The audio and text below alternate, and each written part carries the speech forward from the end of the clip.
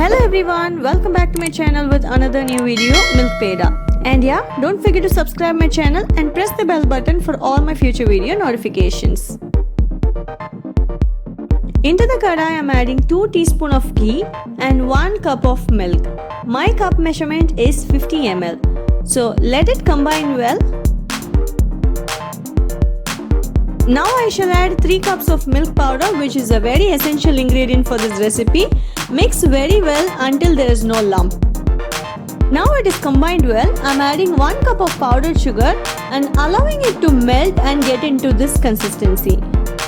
Once everything is combined well, I shall add 1 tablespoon of chopped nuts. It's up to your option. I am adding 1 tablespoon of almonds. If you like pistachios or cashews, you can add that also.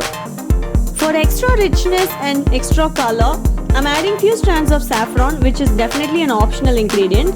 For the flavor, I'm adding elaichi essence. If you would like to add elaichi powder, you can add that also. At this point, I'm adding 1 more teaspoon of ghee and allowing it to cook, and this will start separating from the pan. Once it starts separating, keep kneading for some time and we will switch off the flame. Just to know whether the consistency is right, we will get our wet hands and roll it out, and if it does not stick to your hand, that is done.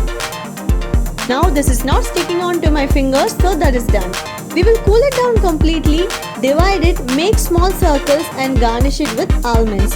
I am doing it in the cupcake liner so that it looks pretty enough. Isn't it very easy and delicious? Do try it at home and tell me how did it turn out to be in the comment section. Also suggest me for the recipes that you need from me. Thank you so much for watching the video. Do like, share and subscribe the channel.